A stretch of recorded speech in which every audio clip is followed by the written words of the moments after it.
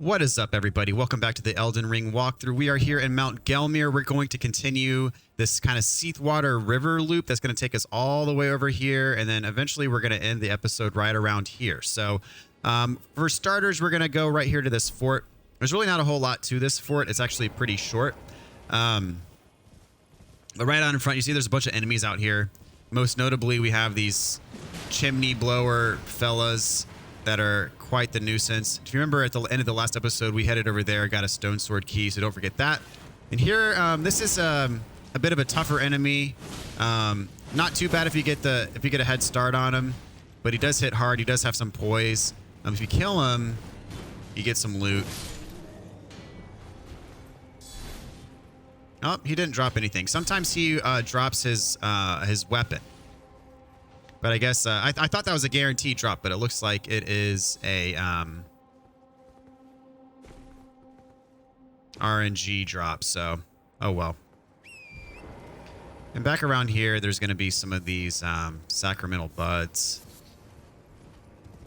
Not needed, but just wanted to point that out.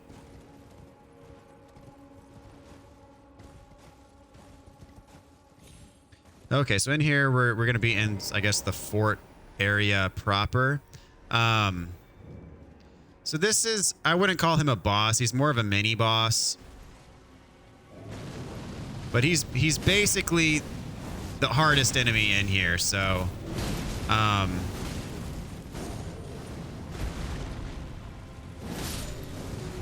it's basically this place's version of a boss. Upon killing it, you get the Prelate's Inferno Crozier, I guess. I don't know how you would say that. It's a big hammer. As you can imagine, it takes quite a bit of strength to use. After killing that, we can go in here. I'm going to throw on my lantern. Back here, we get the Armorer's Cookbook 7. Let's check that out real quick. I forget what that allows you to craft. Armorer's Cookbook 7. Glint's Giant's Flame Fire Pots. All right, there's some extra loot up here. Slumbering Egg. Golden Rune 8. And there's this thing talking to us. It's kind of shrouded in mystery. But what you can do is you can jump over this wall here.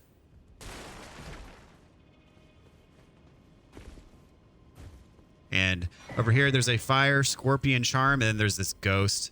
And I think that's the thing that was talking to us before. So not, you know, anything super duper special, but it's there. So that's pretty much all that's to this fort. I mean, as I said, there's not a whole heck of a lot to do in here. It's pretty short. So we're going to carry on our merry way. And we're not going to fight most of the stuff out here because, again, there's a few of those, like, chimney smoker things running around, and those things are super annoying. And they are quite lethal. And of course, you have some of these, like, fire monk-type folks. But nothing is ultimately necessary. There might be a few bits of loose loot around here, but nothing that I would consider critical. So over here, we're actually going to be fighting a Magma Worm. This is going to be the strongest one we've fought so far. This one is super tanky, takes a lot of hits. I'm going to summon and just barely got out of the way in the nick of time. Same strategy as always, though. Primarily jump attacks. The thing about Lutel in this fight is sometimes he'll just hang out like in the lava, and he'll take a ton of damage just because he doesn't move. Sometimes he does better than others, but really just depends on. Oh geez. Oh, I just got caught because I was in the fire and didn't move. Just as I was ragging on Lutel, I have to eat my words a little bit there. But yeah, same thing as the other ones. It is mainly my way of going about fighting that is going to be to primarily do jump attacks. Let's see. This is where we want to be over here. I was in the right spot, and then I, like, turned around. All right, I'm going to pop my flask. Summon as soon as I can. And you can also fight this one on horseback. I've done it both ways. I find that I prefer to do it on foot. If I die again, I might try it on horseback.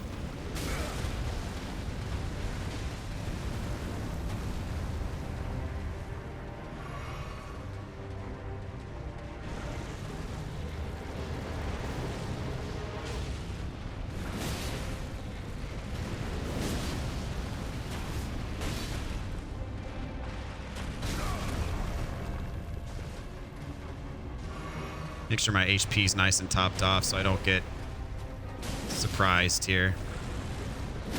There we go. Got a stun on him. And honestly, I think he stays stunned for so long that just beating up on him, doing like charge attacks and jump attacks and specials, probably does more HP damage to him than actually just taking the critical. And as I was saying before, what normally happens, yeah, see, Lutel's like, he's taking a lot of damage because I think he just kind of chills in the lava and doesn't care.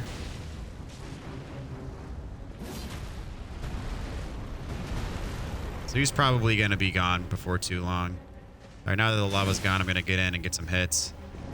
Looks like the Magma Worm like froze for a second there. Like his AI was busted. Okay, he just took out Lutel.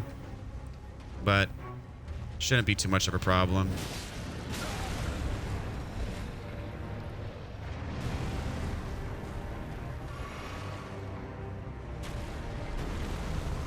And I did get my runes back. I just wanted to check because I lost my runes against the tree. Ooh, that was almost a one-shot. I lost my runes against the dual tree sentinel fight and did not recover them. So quick rune check there. Make sure I got my runes back before I proceed with this fight. And I can't get underneath him because his magma's under there. So there we go. Now I can hopefully get another stagger on him. Yeah, he does have that attack with his sword where he can hit like underneath him. So it's not free hits, but it's close enough for me to do it repetitively. Man, not giving me the stagger here, but one or two more hits is going to do it.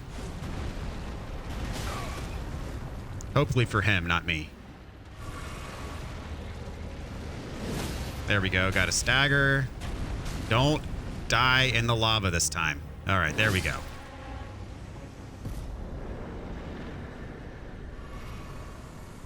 All right. So got a dragon heart for our efforts. And Torrent does take damage in the lava, but not nearly as much as we do if we're on foot. And also he can move fast in the lava, whereas if we were to be walking in the lava, we'd be moving slow. So picking up these items, definitely a good idea to have Torrent. And when we're done here, we're going to feed him some berries.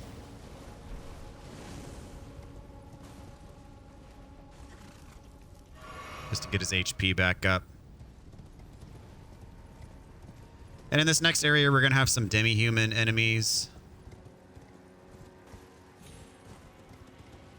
And back behind here, we got an Arteria Leaf. And another cemetery full of runes here.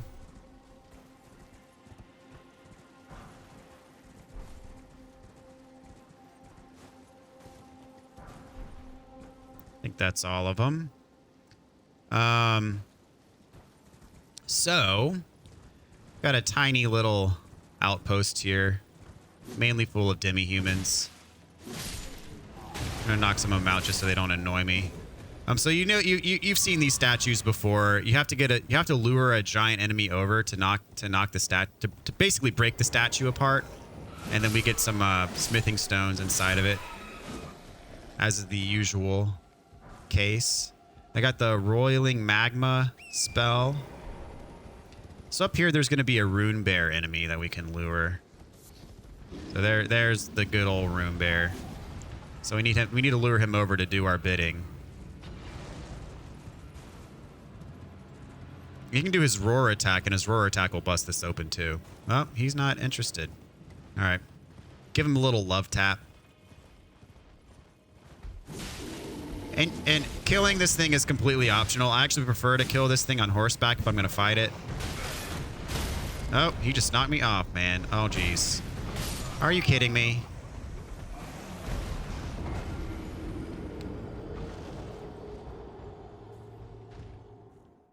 He was having none of that. Oh, man, it brought me all the way back here.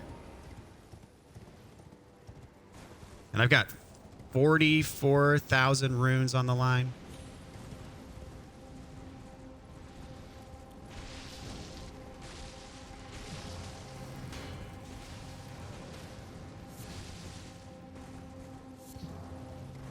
Yeah, the thing about fighting on horseback is it can make things easier in some ways. You're a bit more mobile. You can get away faster. Oh, that's right. When you respawn, your horse's HP doesn't recover. The thing about it though is if you get knocked off your horse, you are a lame duck. Like you are ripe for the picking.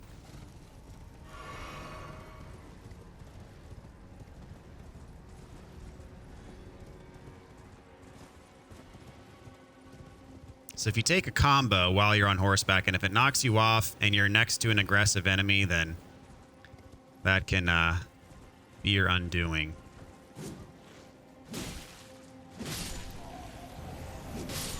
But with the rune bears, generally I'm able to do a decent job of staying behind him and like away from, you know, his frontal attacks, because most of the rune bear's attacks come from his claws. All right, come on down. There we go. He knocked it over. Dadgum. I'm gonna try fighting him again.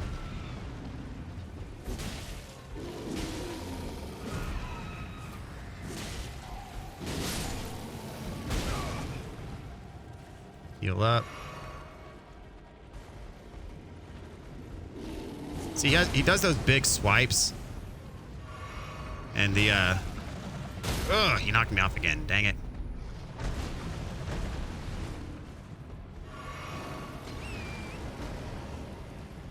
I think Torrent might be needing some help. Give him some berries. Okay.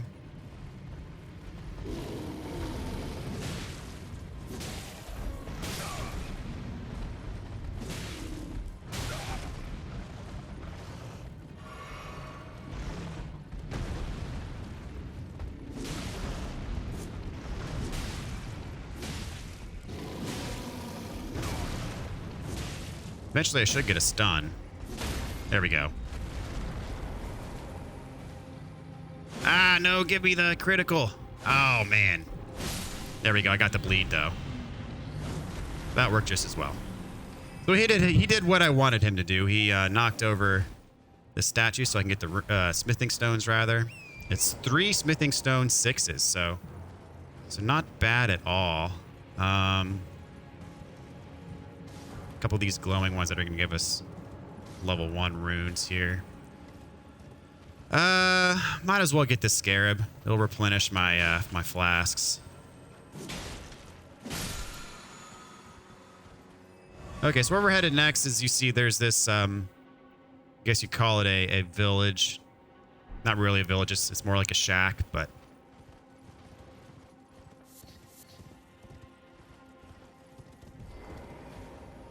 there is a site of grace here, and we are going to use this to level up.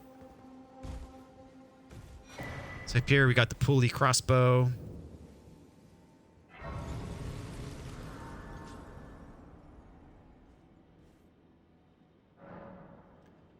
All right, level up. Keep pumping strength for now.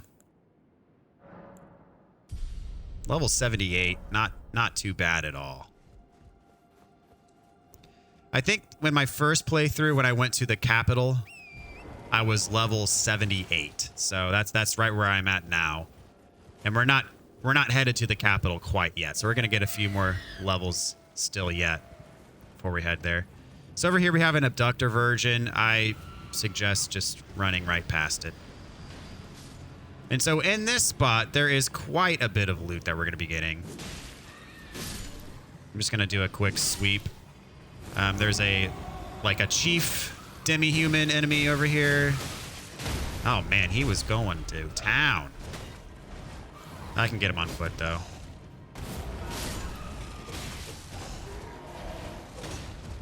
Remember, we fought a couple of these in a cave, like at the very beginning of the game in Limgrave. Oh, snap. That does AoE damage. I did not know that. I thought it was just the initial explosion, but it kept on hurting me. Okay. Let's see. I haven't been keeping track of what I picked up already. But, let's see. So there's this Prattling Pate, You're Beautiful.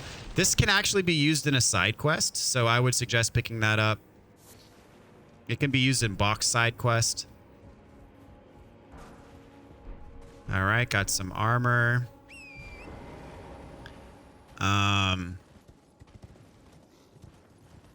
Kill this sorcerer first. He's gonna spam magic if we don't get rid of him.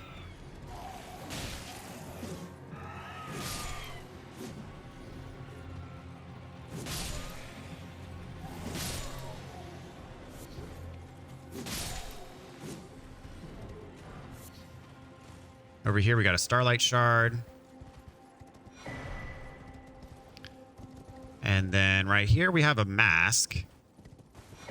So this mask, it's like the other glintstone masks that we have. It buffs certain attributes at the expense of others. So I think this one gives you extra stamina and extra intelligence at the expense of FP.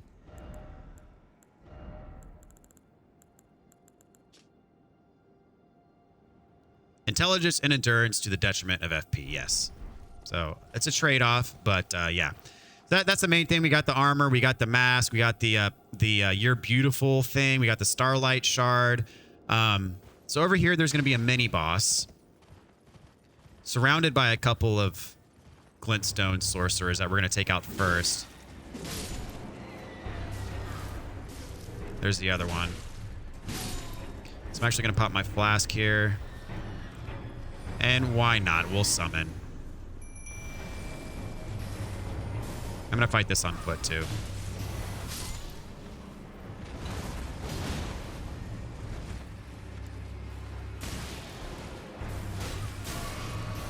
And I wish he would focus on the boss here. Oh, there is another sorcerer over here. I'm gonna go ahead and take this out because he's going to be a problem if we don't.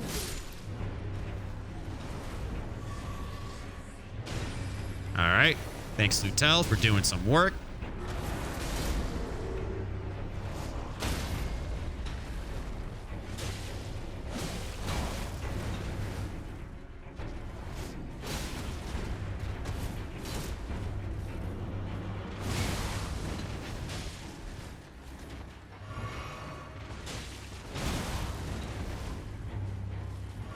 Keep my HP nice and topped off.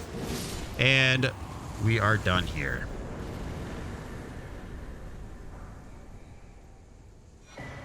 We get a memory stone.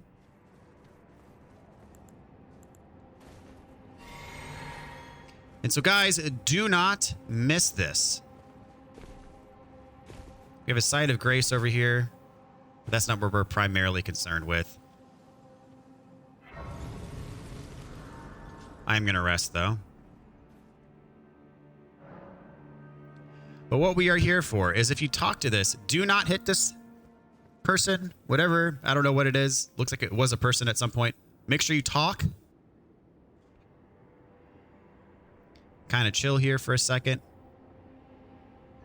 And you get Comet Azure. Now, this is a legendary incantation. So if you're going for all the trophies, you're going to need, or a legendary sorcery, I should say. If you're going for all of the trophies, you're going to need this as a legendary sorcery. Requires 60 intelligence to use. But this thing is a beast. If you're going for a mage build and you've got the intelligence to use this, you can put this on. And combined with the flask tier that I have equipped, this Cerulean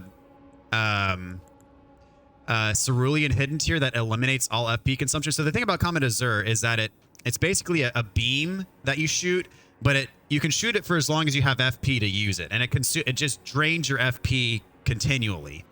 But if you have this equipped and you use it, this negates the FP drain for a period of time. So you can actually combine, if you combine Comet Azure with this hidden tier, you can basically use Comet Azure for a much longer period of time than, you know, originally intended. And you can literally one-shot like late game bosses with it.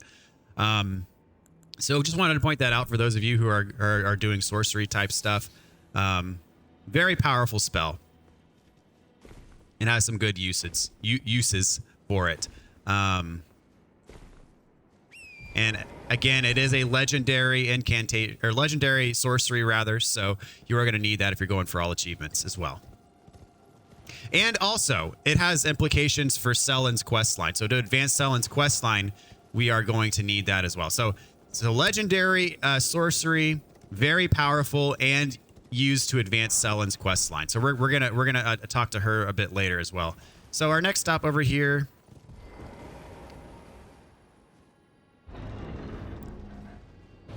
is going to be Gelmir Hero's Grave, and this place is a little bit tricky and dangerous. It's not necessarily dangerous because of the enemies. It's dangerous because this is another one of these levels that has a giant metal chariot that kind of stalks you and it can kill you in one hit, basically. So very dangerous if you don't watch your step and know where you're going. And you see here the beast eye quivers. There is a death root in here as well after you kill the boss. So I recommend going in here with as few runes at risk as possible. So I'm going to check my status here. I need 36,405 to level up. So I'm definitely going to take that level. I'm just guessing. I don't want to overshoot. That's close.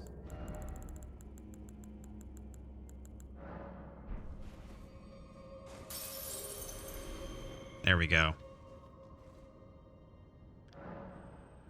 So I'm going to take a level here. Get me to 35 strength. And so you want as few runes on the line as possible.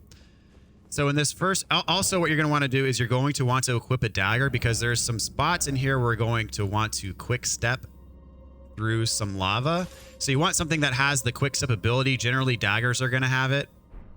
And put it on a spare slot. Make sure you're still medium rolling. But what I'm saying is that when you two-hand a dagger, you get this quick step as your weapon art, and this helps you traverse through lava much quicker than running or rolling through it. So what you want to do is right when you start, run at full speed. You'll see this chariot's coming for us. If you run, don't stop running. Jump over here to the right. You should be safe. Again, if you get hit by this thing, it's a one-shot. Pretty much it's a one-shot. So what we're going to need to do is wait for it to come back, and then we're going to kind of chase it down the hill. And do not ever let go of the run button. You need to be going full speed. So once it leaves, run and jump over. Full speed. Do not stop. And this next spot we're heading right here is to the right. You see that you barely have enough time to beat the chariot. Barely have enough time to beat it. So we're going to wait. I mean, we could have went ahead and went to the next spot, but I think the safer thing to do is to wait for it to pass by again. So we're going to wait for it to pass by, and then that little alcove to the left, that's our next spot. So we're going to jump over to the left, pick this up. Do not go in that room yet. We got a Grave Glovewort 7. So here's where you want to equip your dagger. Okay? So once this passes by, we're going to run back here, and now we're actually going to go through the lava. So the quickest way through the lava, again, is to use this quick step. And if you watch this chariot's not going to follow us all the way down. It's going to stop. See? So you can go all the way down, and you see the lava doesn't do a huge amount of damage. Surprisingly so. Unfortunately, it does not do a huge amount of damage. But there's a secret room all the way back here. And I don't think there's any enemies in here. But you can pick up this treasure chest here. And we get the ringed finger, which is a weapon, an interesting weapon. It counts as a hammer. And, you know, it's rather grotesque looking, but, you know. So where we're headed next is you see that glovewort flower. We're headed right over there, and you can use a quick step. You see, I'm out of FP. I can still quick step though, so don't worry about it. The thing is, when you're out of FP, it's really just not going to do damage if you're using it as an attack. But now that we're here, there's actually a secret passage down here that we're going to take that's going to take us pretty much straight to the boss. Now, there's still more to do in this dungeon after killing the boss, so we're not going to be done here yet. But it is worthwhile. I'm going to go ahead and take this dagger off. It is worthwhile to go on and fight the boss, because once you fight the boss, you can warp out and start from the beginning. So the way out of here is, you see, if you tilt your camera, you see there's a platform. If you're looking this way against the left-hand side wall, you're going to want to make sure that you drop down on this platform first, because if you go all the way down, that's going to be a death. So this is the end of the dungeon. And as I said, we're going to go the traditional way through as well, just to show you where all the loot is and you know how to navigate this place. But this is the end of the dungeon, and we're going to go ahead and kill the boss. So the boss in here is going to be another red wolf enemy. Not too terribly difficult, especially if you summon. So I will be summoning.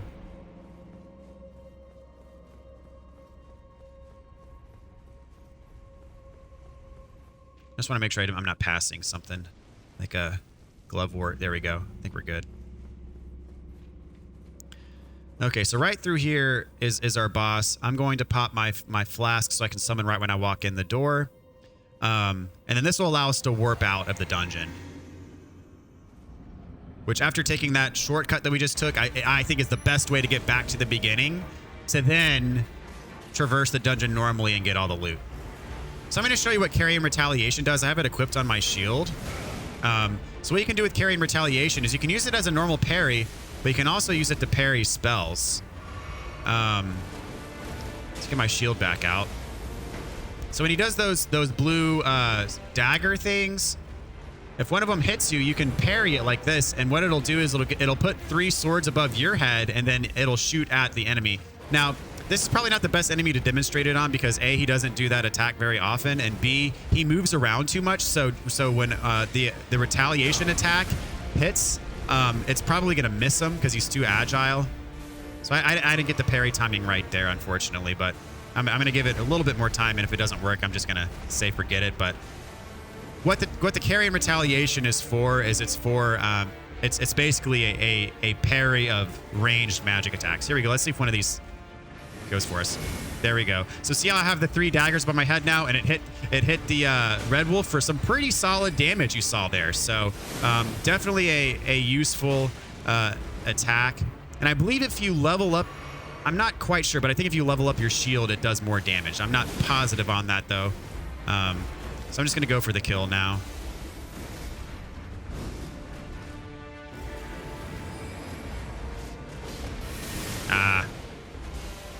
Got hit by all those, I think.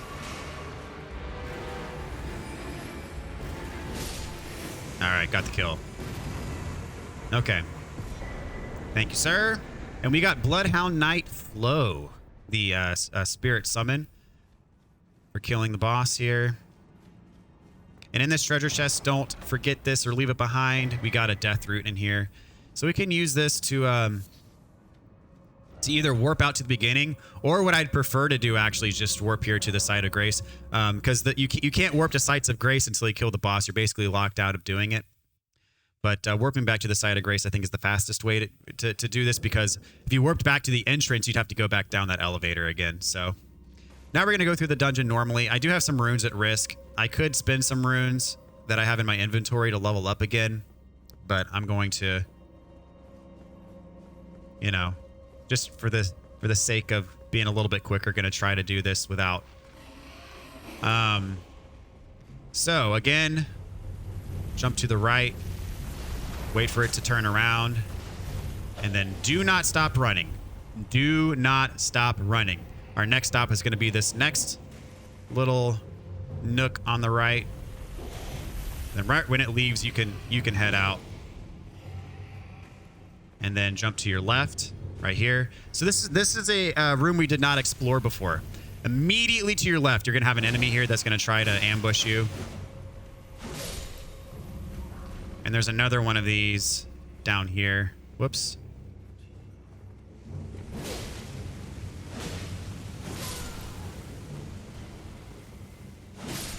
So those guys have the crossbows that shoot the exploding bolts. All right, got some Grave Glovewort 6, some Grave Glovewort 7. These are the first 7s that we're coming across. Now our summon, since he's a legendary summon, takes the Ghost Glovewort, not the Grave Glovewort. So once we get a Ghost Glovewort 7, we'll be able to level up our summon as well. So up here on these stairs, there's actually another one of these crossbow guys. If you crouch, you can sneak up behind and get a critical hit.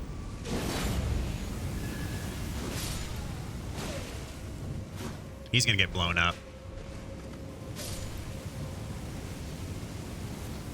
So you can, if you get the right angle, you can shoot this thing with the arrow without being at risk for being hit by the fire. Come on. There we go. So it went down, so it's no longer a threat. I believe this is a ghost. Yeah, this is a ghost 7. So now we can level up Lutel. And this is a ambush as well, I believe.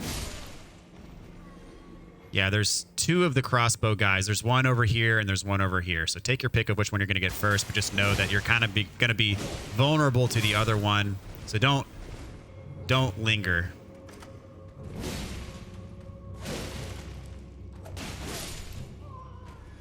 Here we go. Got some loot here. Gold rune 6. And red branch shortbow, that's a drop. That's not a guaranteed pickup. There's nothing up, so we don't need to reactivate. So this part, okay. We got this guy who's patrolling. And he does not give you enough time to go up and then back down. So up there is a stone sword key. However, you do not have enough time to go up and get it, because if you go up there and get it, he's going to corner you and you're not going to be able to get back out. So that stone sword key is literally going to be the last thing that we do before we warp out. So you can follow this path here. You're going to want to drop in here. Now this is probably the trickiest part of the whole dungeon, because this does not give you very much time. And you have to make it all the way down this ramp. And then there's a cemetery shade in the nook that you need to be hiding in to get away from this thing. So this part is tough. You're going to wait for it to run by, and this is barely going to give you enough time. So be running up. I mistimed that, so I'm going to need to try this again. So basically, you're going to want to be running the second that you get out of here. All right, here we go. Oh man, I was a little too early there. And if this doesn't work, I do have a plan B, but we'll go back to that spot real quick. As I said, this place is tricky and dangerous, which is why I recommended not really having anything on the line. I have 31,000 runes on the line. If I lost the 30,000 runes, I'm not going to cry over it, because really at this point, it's not even 1 level's worth of runes. And, you know, I showed you guys a farming route several episodes ago. And that 30 some odd thousand runes is like a minute or 2 of farming. So, I mean, I said I'm not going to farm in this guide, which I'm not. But I'm just saying that if you lose 30 some odd thousand runes and you want to go farm for them, it's like a minute's worth of farming. So it's not too big of a deal, even though it feels like a big deal at the time.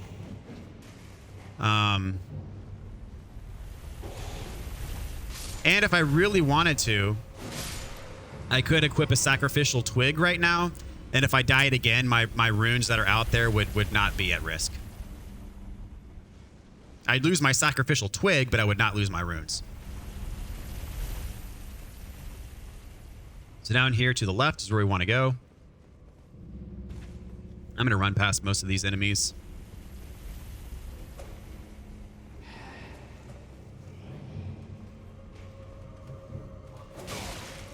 He's eager to fight me, though, so.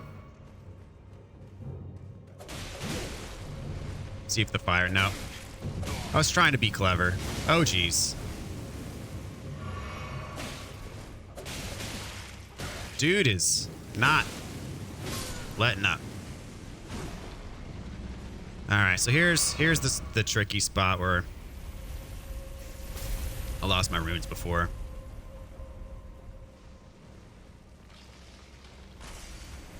All right, got him back.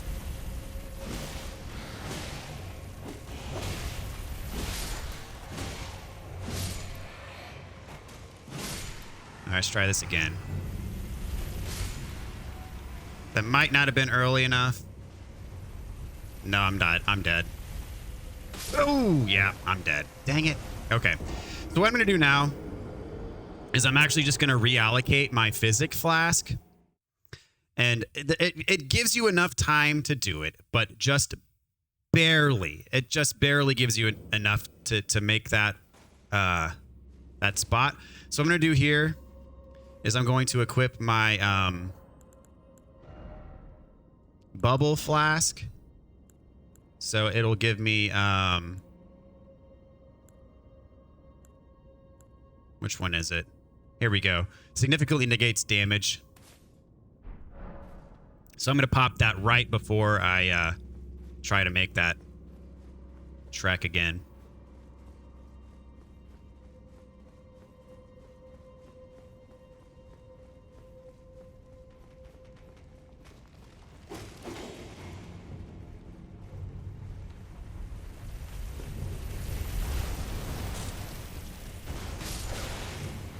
Up. Trying not to spend time fighting these guys again, but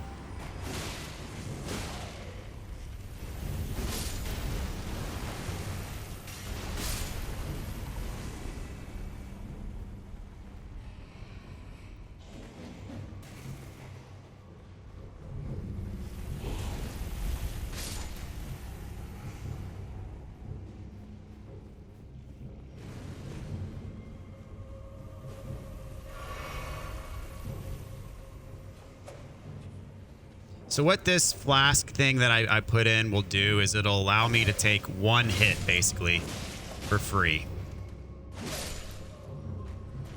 And so it will not be an instant death if I get hit by the chariot again. Oh, it's not cooperating. It is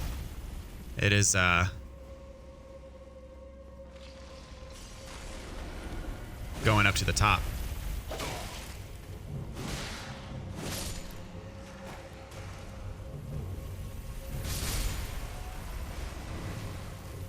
Just want to make sure that I'm not going to get hit by an enemy. That'll ruin my... Okay. So now that I got my bubble... Yeah, this thing is brutal.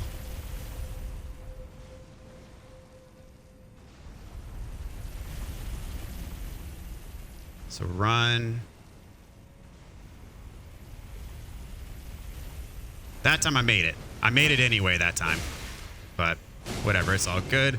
But then you got this thing in here, so it's also still worthwhile having the hit. Oh geez, oh my gosh.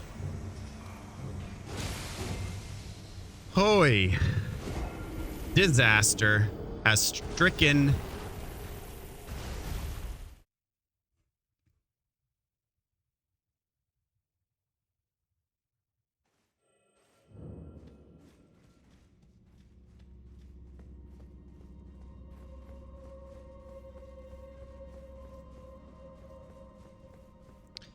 So that's where you're supposed to go. And as you saw, that enemy did me in rather quickly. And now that I think of it, there's actually still yet a safer way to get to where we were just going. I'm going to try this. I'm going to try it this way one more time, though.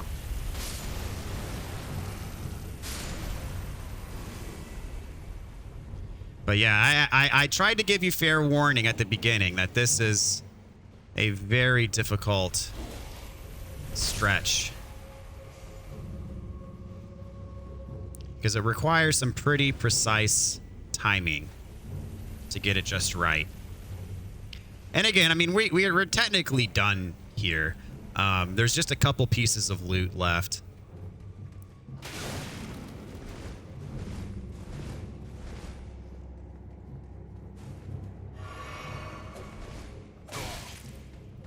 This guy kills me. Oh, look at that. Doing the whole 1 HP thing on me. All right. So we're going to go back to that spot. Put our flask on.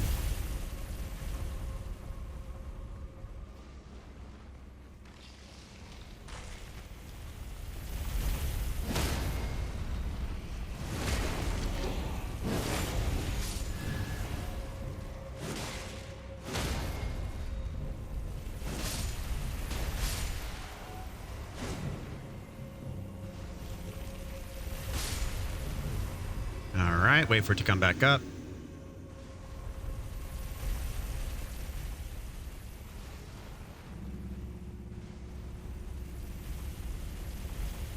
Didn't need the bubble again. There we go. Got him. Oh, good riddance. You kill him, he drops the Mantis Blade. And so you see this thing is still making its patrol route. Or did it switch? It did switch. So what we can do now is we can head over here, and there's a secret drop-down spot right here. Which you can technically drop down here, running down this ramp to start, so you don't have to go all the way to where we just went, but I wanted to go over there to kill that cemetery shade because I knew that he dropped that weapon. So you can drop down here, and this takes you to this kind of secret area. And here we've got a Bloodhound Knight. Can't sneak up on him, but I'm gonna kill him with his own weapon.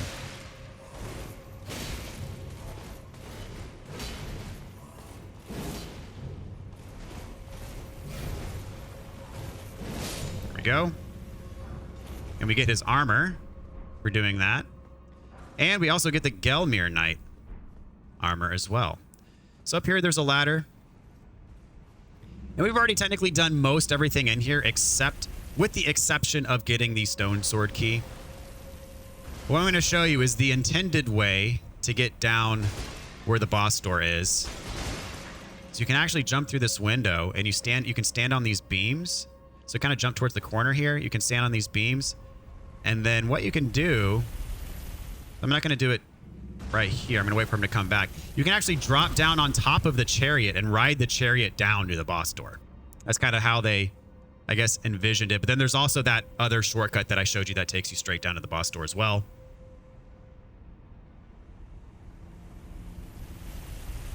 So right here, drop on down, go for a ride.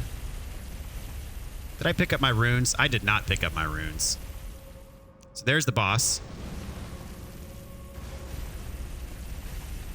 And so that is another way of getting to the boss door here.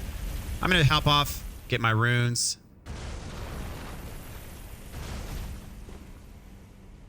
And then I'm going to head back up this way.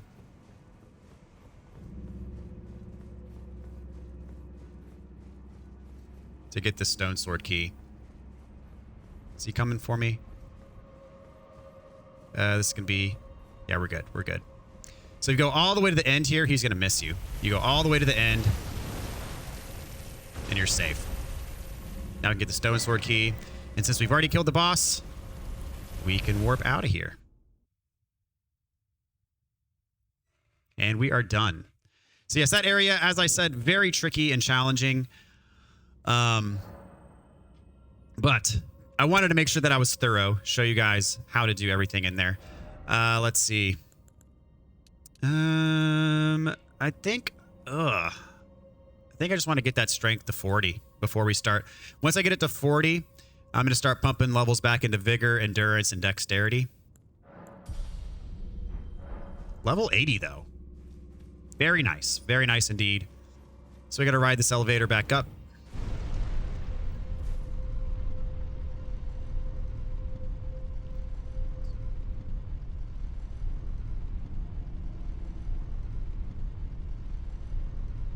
It is a long elevator.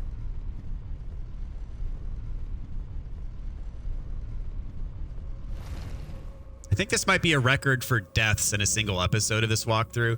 Because I died to the Magma Worm, I died to the Rune Bear, I died, what, 3 times in there?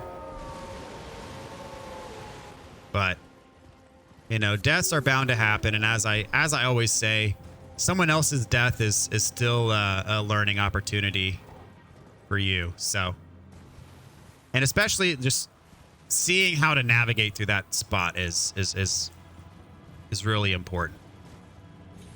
Okay. See those glowing stones? Just ignore those for now.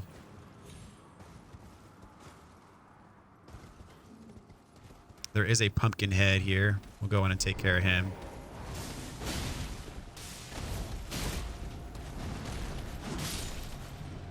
So we got a tower over here. We're going to climb up to get some loot.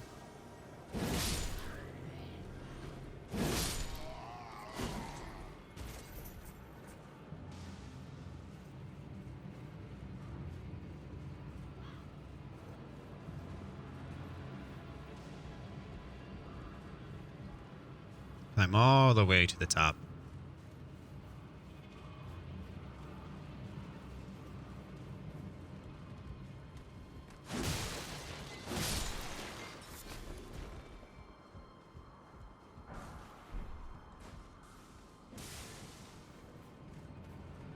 Up here, there's a bow for us. You can circle around here. Whoops, I didn't mean to go up. There we go.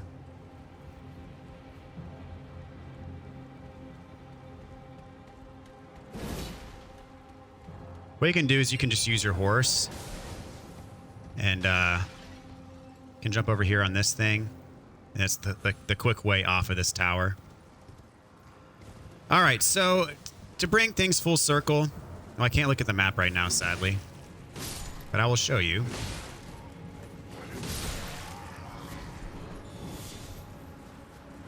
So over there, that site of grace, you see that cemetery. We already unlocked that actually in an earlier episode. So we have officially come full circle here, and I can't show you on the map because there's enemies around here, but that's too bad. So over here, we have a little message for us. Rainbow stones lead the way to riches. And it looks like, you know, you can see the person who left the note. May or may not be entirely trustworthy, but let's do it. You follow the rainbow stones.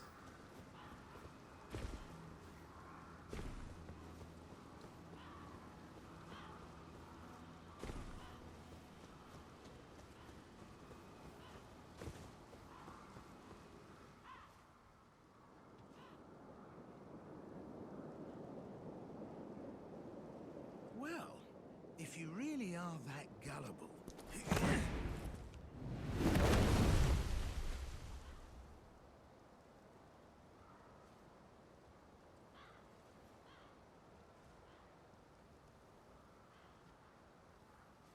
Then stay away from the volcano manor.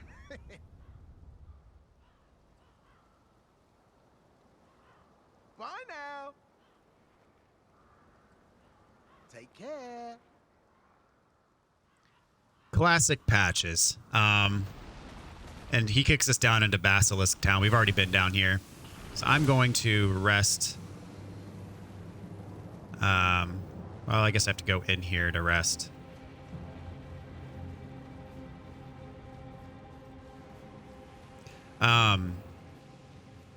So yeah, Patches, he will kick you off the ledge and leave you for dead. That's what he do. But I think you have to trigger that to get him to show up in Volcano Manor, which is his next spot to be.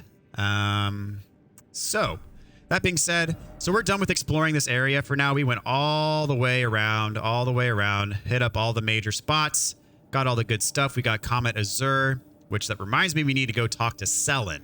So that's our next stop, is to warp to Selen. We're going to talk to her because getting Comet Azure as we just did is going to move her quest line forward.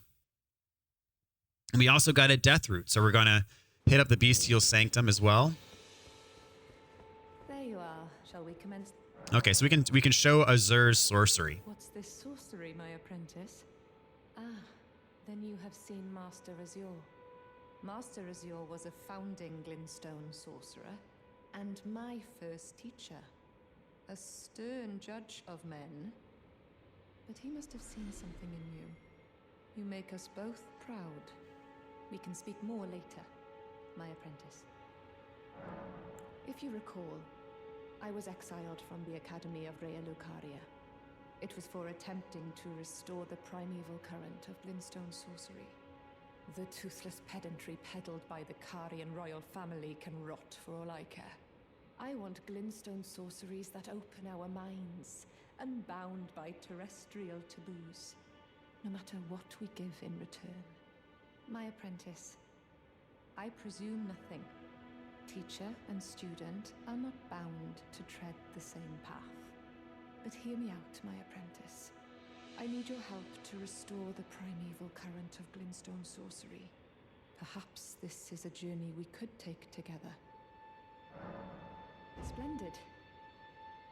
I thank you. This pleases me. It's been far too long since I found a fellow kindred spirit. You must have a fabulous teacher. I need your help, my apprentice. Master Lusat is another founding Glintstone sorcerer. And like Master Azure, he was banished from the Academy. Now he languishes in prison somewhere. My apprentice, can you find Master Lusat? With this Glintstone key, you should be able to cross the boundary that encloses him.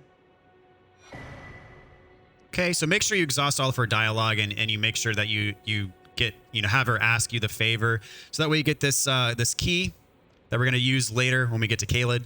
I need him to restore the primeval current of Glintstone sorcery. He's nigh a child of the stars. Such is his body now.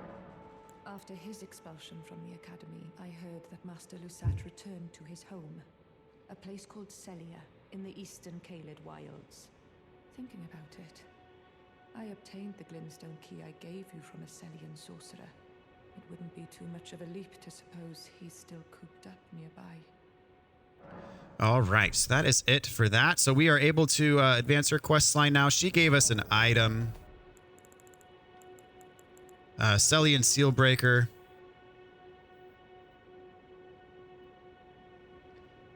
It's near Celia, the town of sorcery in Caelid. So we'll do that a bit later when we get to Caelid. So what we're gonna do now is warp to the Bestial Sanctum, turn in our death root.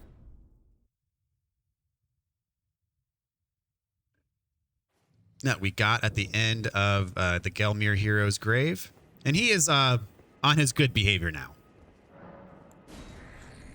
My death, I shall grant feed me. Okay, so we get the Stone of Garank. Another spell. And we're going to close things off by going to Round Table Hold. We can upgrade our summon, because we got a Ghost Glovewort 7 in the last dungeon we were just in. So we're going to level him up. And there we go. All right, guys, that's going to do for this one. Sorry it was a little bit sloppy there at times. That dungeon is a bit difficult to pull off. And as I said, it's not because of the enemies at all. It's, well, in one case it was because one of the enemies, but mainly it's because of the chariot. The chariot is the main culprit there. So as long as you can kind of get that down, then it's not too bad. But anyways, hope this guide has helped you. Hope you guys are having a great day and a great time with this game. Take care, everybody. I'll catch you guys in the next episode.